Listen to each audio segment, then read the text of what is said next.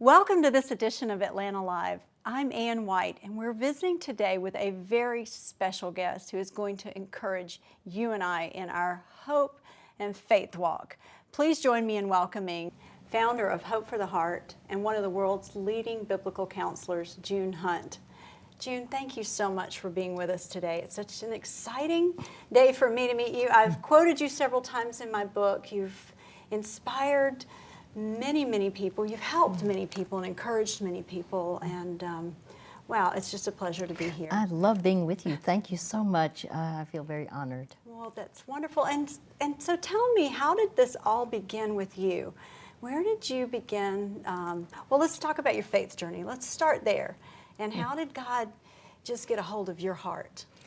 Well, as someone once told me when I was an adult, June, you were a blank page. Mm-hmm. You just knew nothing. And so I actually was raised in a church, but no one took a Bible. Mm-hmm. I remember the pastor always started with 2 jokes, and there was always a middle joke. Not that I always was attuned to that one, uh-huh. But then I got around what I will call authentic Christians, mm-hmm. and I thought, what is it that they have? There's something. I was very drawn, mm-hmm. and they would say things like, June, there's a difference between having a religion right. versus a relationship, and that Christianity is a relationship with Christ. And I wasn't opposed to what they were saying. Mm-hmm. I just didn't really comprehend it. And I would hear these other people quoting scriptures at this other church. Right. In fact, everybody took a Bible. And the amazing thing is they could go and with no tabs. How right. could they find out where they were going? I thought this, right. it's like a magic trick. Right. I literally thought that. I thought, wow. And I thought, I want what they have. Well, what they have is information. They have all this information. They know all these scriptures and all this stuff about the Bible. And well, they didn't have just information. Right. They had transformation, right. which I didn't understand. But I did believe. I remember being asked, "Are you a Christian?" I said, "Yes." Mm-hmm. Believe in the Lord Jesus Christ and you will be saved. Well, I did believe. Mm-hmm. Now, I also believe in George Washington. I believe mm-hmm. in Abraham Lincoln. They are not impacting my life, and I've right. never given my life to them. Right. And I didn't understand that believe means to rely upon, to trust in the Bible. It's not just mental assent. And so as I was listening and watching, I could see there's something I just had not been exposed to. Mm-hmm. And believing that Lord Jesus Christ, Lord means master, ruler, owner. I've never asked Christ to take charge of my life or to literally give him the opportunity to be Lord. Mm-hmm. I just didn't understand. And, I'm in high school and I'm being analytical, loved math. Math makes sense. Yep. And so I asked. I loved math as well. Did you? Okay, we're analytical. Yep. And I could care less about English, but Okay, we're on the same page again there. Yeah, but it's necessary, right? Well, I ended up thinking, why have I written these books? Well, these are math equations. They're problems, and mm-hmm. problems have solutions mm-hmm. in math. So we've got to make sure we're giving the solutions. Right. Well, for me, I was back in a mystery phase of what is this that I'm seeing? And so I went to a woman who was a Bible teacher. Uh-huh. Now, I'd never cared about Sunday school or anything before, but when she taught, I would think, why did she stop? It's only been 20 minutes, and been 45, and I'm going, I've never heard the Bible taught in power. Wow. So I went to her, I said, how do I know if I'm a Christian? I think I am. Mm-hmm. And I was sincere. I was also sincerely wrong, but, It's okay. But you knew there was something that you were missing that these others had. Well, and they were drawing you in, and that's so often the case. Yeah, and I love it that without even comprehending, it was clear that mm-hmm. I could see. I was drawn to the quality of life they had. Mm-hmm. Now, when I asked that question, how can I know if I'm a Christian? The woman wisely said, I can't know your heart as God does.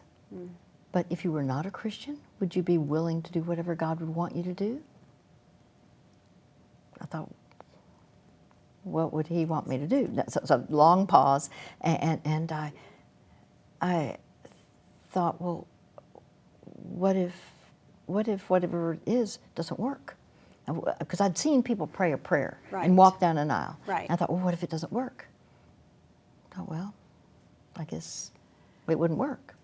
But what if I didn't at least be willing to try, and pray a prayer of whatever that really meant, and it would have worked, but I refused to do it.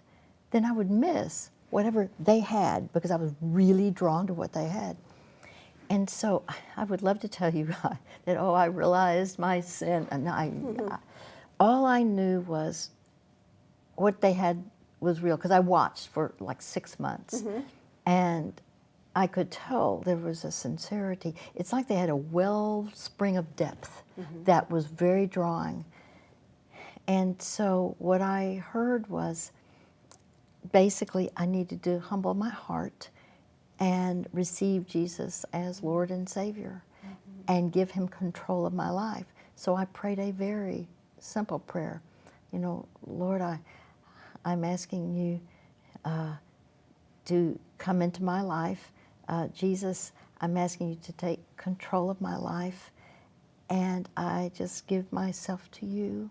I think in our culture today, so much emphasis can be put on the religion, the religious practices, you got to do this, you got to do this, you got to do this.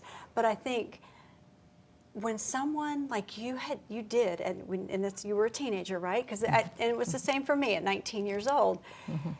When you enter in that relationship with God, it's different, and you realize the difference. I didn't know that I'd changed. Literal 12 months later, I was around some people who had not seen me for an entire year, and they said, June, what's different about you? There's something that's changed. I had no idea what they were talking. I just said, I don't know what you mean. And they said, well, there's something different. Then I was, again, with another group that had seen me before, and they said the same thing. Why have you changed? I had no explanation. So I remember as I was going to bed that night, I thought, well, what has changed? Well, I became a Christian. I live for Sundays. I can't wait to learn. I was just absorbing truth that I'd never seen before. I was like a sponge that had never seen water. And I just loved what I was learning. I thought, well, maybe that's it. And so you can change and not know it. But in truth, I had a lot of unforgiveness. My father actually had 3 families going on at the same time. Wow. And I was actually raised with a fictitious last name. I was June Wright instead of June Hunt, which my birth certificate said. And we were the 3rd family off on the side, and I didn't talk to anybody. I didn't share anything. And so when I was about 12, I remember my father's first wife had died, and so we moved into his home. And then at the end of the year, about 11 months later, my parents married. And you think, oh, how wonderful, at least then things get right. Well, he was double my mom's age. He was belittling and cruel at times, and I hated how he treated her. He treated others too that way, but I not her. Yeah, I saw how my dad treated my mom in a similar way, that verbal abuse and just emotional disregard, and you don't tell anybody, because you're afraid to tell anybody. Well, how would they understand? Right. I mean, they when you especially haven't been vulnerable before. Right. And so I had this unforgiveness, and later I was able to, and I thought it was wrong, since you and I are, since we're logical. Okay. We are. All right. It doesn't make sense. No. Forgiveness is letting them off the hook. It feels irresponsible, and so I would hear something about forgiveness, and I didn't oppose the Bible. I just thought, but God knows my situation is different. Right. That He understands. Right. Now, He understood I was wrong too, Yep, yep. but I still believed I was right. Yep. And He had the grace for you to bring you gently along the way until you found out differently. well, and I remember actually reading a scripture, and I thought that if you have hatred, you're still in the darkness. The darkness has blinded you. You don't know where you're going. And I thought, but God hates sin, and Dad is sinning. See, this is my equation. God hates sin. Dad is sinning. God hates Dad. I hate Dad. It's an equation. I loved your definition of forgiveness. Now, once you came forward and God really exposed to you what true forgiveness is, share with the listeners about what forgiveness really is. Well, it simply means release. The word forgiveness is release. Now, to me, I thought it's letting my dad off the hook if I forgave him. But it's not. It's releasing all the pain to God and then taking my father off of my emotional hook, putting him onto God's hook. Right. And God is the one who says, vengeance is mine, I will repay. So He knows how to deal with those who hurt us, those who harm us, those who offend us. Our offenders, He will deal with them, but we need to release them to Him, or else the battle is with us like this. Yeah, and it tears us down. Yeah, and you think about just rocks, just heavy rocks, every offense, and imagine from your hook, let's say I have an emotional hook right now on you, and there's a burlap bag right there, and I've got all these rocks, boulders of bitterness and all. And so we're filling them up every time you tell me something that he did, anything, whatever it is, this offender. Well, now you're carrying 90 pounds around your neck from this hook. You were never created to carry that kind of weight. Right. You were never created to carry bitterness. In fact, the Bible even says that a bitter root, in essence, bears bitter fruit. A bitter root grows up to cause trouble and defile many. Yes. So we're going to impact many other people if we carry bitterness. Right. Never do you see bitterness right in God's sight. Like if we're talking about forgiveness, my favorite verse on forgiveness is Colossians 3:13. And it's very clear. Bear with each other and forgive whatever grievance you have against one another. Forgive as the Lord forgave you. We all come out of our childhood with some sort of a scar. Very few of us ever escape childhood without something, some residual. And so you're counseling through the Bible Handbook. You have many resources. You've got numerous books. And so where can our viewers go and find out more about all the books? And then we're going to talk about your latest book here in just a moment. And we also want to know where our viewers can go and hear you at Hope for the Heart. Talk about, give us your website so they know how to find you. It's hopefortheheart.org. It's all there. Quite simple, just hopefortheheart.org. Or those who want to call, it's 1-800-488-HOPE. Just 1-800-488 and the letters HOPE.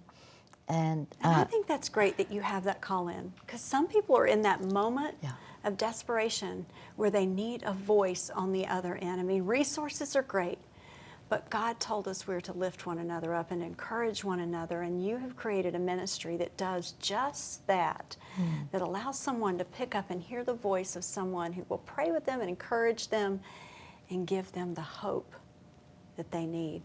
to make it another day. Now let's talk a little bit about your newest book, Trials, God's Refining Fire. This is a great, handy resource, but tell me, why did you write this? It's not uncommon to hear somebody say, this makes no sense. How could a loving God permit this? Well, that was my question. How could God permit this? And so I don't think there's anything wrong with asking the question, why? Right. But there is something wrong in demanding the answer right then. Because many times we don't see the plan and purpose for God allowing a trial. And I say that because I could not at all foresee what God was doing in terms of by doing a 2-hour nighttime call-in counseling program called Hope in the Night. People call from all over, and they want help and hope. Sure. But I think I maybe would have been as deep as a dime, or just to have no compassion, because unless you've gone through something similar, sometimes it's very hard to understand, or people can kind of tell, well, you really don't understand what I'm saying. Right. And so if you have a lot of pain early on, it really can be more advantageous than later on, in my opinion. And yet the issue of trials is huge. The Bible even says we are called to suffer. In 1 Peter, you think, called to suffer. So there is a purification process within us. There are many things that we need for our own lives if indeed we are going through a trial. There's understanding we need. You have some practical advice in this book. Tell our audience what you supply in here that will give them hope Okay. and encouragement. Years ago, I heard about, in biblical times, there was a refining process that refiners used, and they would be putting unrefined gold in a crucible and putting it to heat, and then the refiner sloughs off the scum, the dross, and so I went on and literally for this book, and we call them biblical counseling keys, that we have 100 topics. And so, but I was stunned, and I didn't realize all the scriptures that were in the Bible about all of this refining process. Is that okay to mention several of these? Absolutely. Okay. Oh, absolutely Okay. it is. Well, there are 6 stages of refinement, we could say, or 5, but the first would be breaking. You've got to break up the rough rock or the ore. And so in biblical times, that's what a refiner would do. Breaking up the hardened rock, and there could be gold, silver strains in there, but it was necessary. Well, listen to what the Bible says. Jeremiah 23 says, "Is not my word like fire, like a hammer that breaks a rock in pieces?" So there's something in it that's going to be positive about fire, but there has to be a breaking of the rock. Stage number 2 deals with the crucible. A crucible is a fireproof pot, and the refiner would put these broken pieces of rock, crushed ore, into this crucible, and that fireproof pot is important because it could withstand extreme heat. Well, then the refiner places that into the furnace. Listen to this. Proverbs 17:3, "The crucible for silver and the furnace for gold, but the Lord tests the heart." So here we see the intent is to purify our hearts. Right. Stage 3, the dross. That's where the refiner places the crucible into the heated furnace to remove the dross. That's that scum on the top. Proverbs 25:4. I didn't know the word dross was even in the Bible. Remove the dross from the silver, and the silversmith can produce a vessel. So for us, dross would be anything that keeps us from being all that God created us to be. It could be bitterness. It could be jealousy. It could be envy. It could be just a snippiness, a critical spirit, whatever it is. Now, by the way, the Bible says, your silver has become dross. So, and the Bible even talks about rejected silver. So what we don't want is to be that which God rejects by virtue of refusing to be refined. Number 4, the heat.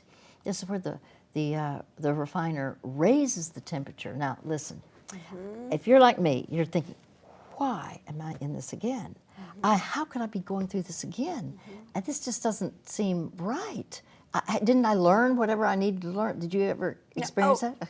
I still experience that every single day, well, but I'm learning. This was incredibly important to know. When the heat is exposed, there's all this heat in the furnace, it extracts the dross. In other words, up flows the dross to the top, and this is where the heat is used to literally continue to bring dross. So, why then would there be numerous times where God would have us again and again go through the same issue? Listen to this. The words of the Lord are flawless, like silver purified in a crucible, like gold refined 7 times. 7 times. Years ago, I had heard something about 7 times. But what it is the refiner knows that at times the heat has to be turned up because only certain impurities are released at certain temperatures. The refiner, as he's looking over, first he sees a dim image of himself. And then as the refining takes place, it gets clearer and clearer until finally he sees a clear image of himself. And based on Isaiah 48:10, see, I have refined you. Though not as silver, I have tested you in the furnace of affliction. But you know, there's a passage I just want to mention in Job. He knows the way I take. This is Job 23:10. He knows the way I take. When he has tested me, I will come forth as gold. So you are gold in the making, pure gold. And as you think about your own life, you are gold in the making. And so we at times don't see what is going on at one point in our lives. We don't even see that, like with me, I had bitterness, I had unforgiveness. I needed to change. Yes, I was already changing in other areas, but sometimes we cannot see ourselves as God sees us. It's a continual process. Yes. You know, there's never a point in time that we're not to be growing. And that's what I love about you and your resources, because they continue to challenge me. You continue to challenge your readers. You continue to offer them encouragement and hope. And I know you and I could go on and just talk for hours about so many different things. And I know our audience would love to hear the many things that you have to say. And so that's why I'm going to drive them to your website at hopefortheheart.org and give them that 800 number again where they can call in. It's 1-800-488-HOPE, the letters HOPE, 1-800. Wonderful. And they can pick up Trials, God's Refining Fire, at the same place, hopefortheheart.org. Right. And that's where they'll find just a multitude of resources. And thank you so much for being with us here today, for sharing your heart, for sharing your story, and for sharing all of these invaluable tips that we can implement in our life to help us understand how God is refining us. It's my June, joy. Thank you so much. I God love bless being with you. you. Thank It's you. been wonderful. And thank you so much for being with us today. And please join us again. Hi, I'm Ann White. And I'd like to invite you to read my new book, 7 Steps to Courage, available at 7stepstocourage.com. I believe it will empower you to make courageous choices. We all need courage, no matter what we're going through. Courage to face something difficult, to face a diagnosis of a disease that we've just been told we have, or to deal with a troubled relationship and have the courage to heal that relationship and to confront the issues that we've been dealing with. My greatest desire is that my courage will inspire you to have courage to face whatever difficult circumstance or trial that you're going through.